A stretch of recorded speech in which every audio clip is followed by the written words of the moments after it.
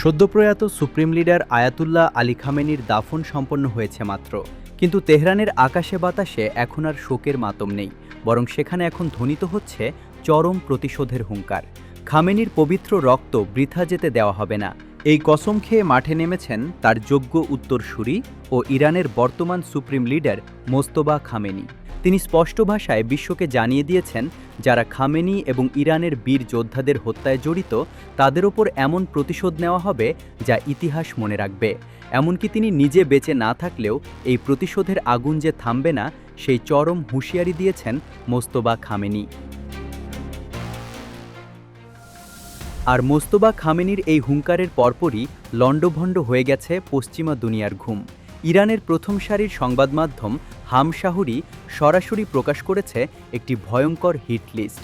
হ্যাঁ, ইরানের এই অফিসিয়াল হিট লিস্টে নাম রয়েছে বিশ্বের সবচেয়ে ক্ষমতাধর ১৩ জন নেতার। ইরান স্পষ্ট বার্তা দিয়েছে এই ১৩ জনকে পৃথিবীর যে কোনো প্রান্তে হোক তাদের কৃতকর্মের চরম শাস্তি ভোগ করতে হবে।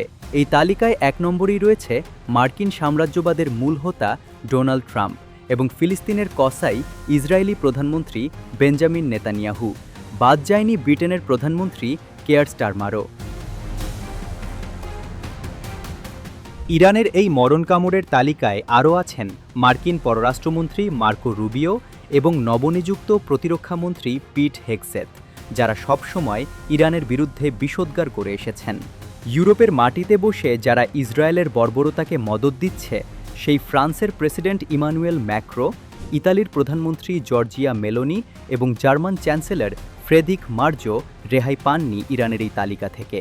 তেহরান বুঝিয়ে দিয়েছে পশ্চিমাদের কোনো আস্ফালনই এবার তাদের রক্ষা করতে পারবে না। হিটলিস্টের বাকি নামগুলো কাঁপন ধরিয়েছে তেল আবিবের সেনা দপ্তরে।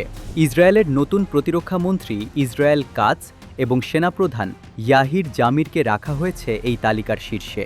বৈশ্বিক সংবাদ সংস্থা এএফপি জানিয়েছে, হামশাহরির ছাপা পত্রিকায় কৌশলগত কারণে এই তালিকা না রাখা হলেও তাদের অনলাইন মাধ্যমে এটি প্রকাশ করে বিশ্বজুড়ে তোলপাড় সৃষ্টি করা হয়েছে। মধ্যপ্রাচ্যে প্রতিরোধকামী যোদ্ধাদের ওপর যারা আঘাত হেনেছিল, ইরান এখন তাদের ঘরের ভেতর ঢুকে আঘাত করতে প্রস্তুত। খামেনির রক্তের বদলে এই ১৩ জন বিশ্বনেতার পতন এখন স্রেফ সময়ের ব্যাপার। বিশ্ব রাজনীতির সমীকরণ এখন বদলে গেছে। ওয়াশিংটন থেকে তেল আবিব, সর্বত্র এখন একটাই আতঙ্ক, ইরানের এই ভয়ঙ্কর তালিকা থেকে কিভাবে বাঁচবে তারা। তবে ইরান তার লক্ষ্যে অবিচল। এই ১৩ জনের পতন দেখতে এখন অধীর আগ্রহে অপেক্ষা করছে পুরো মুসলিম বিশ্ব।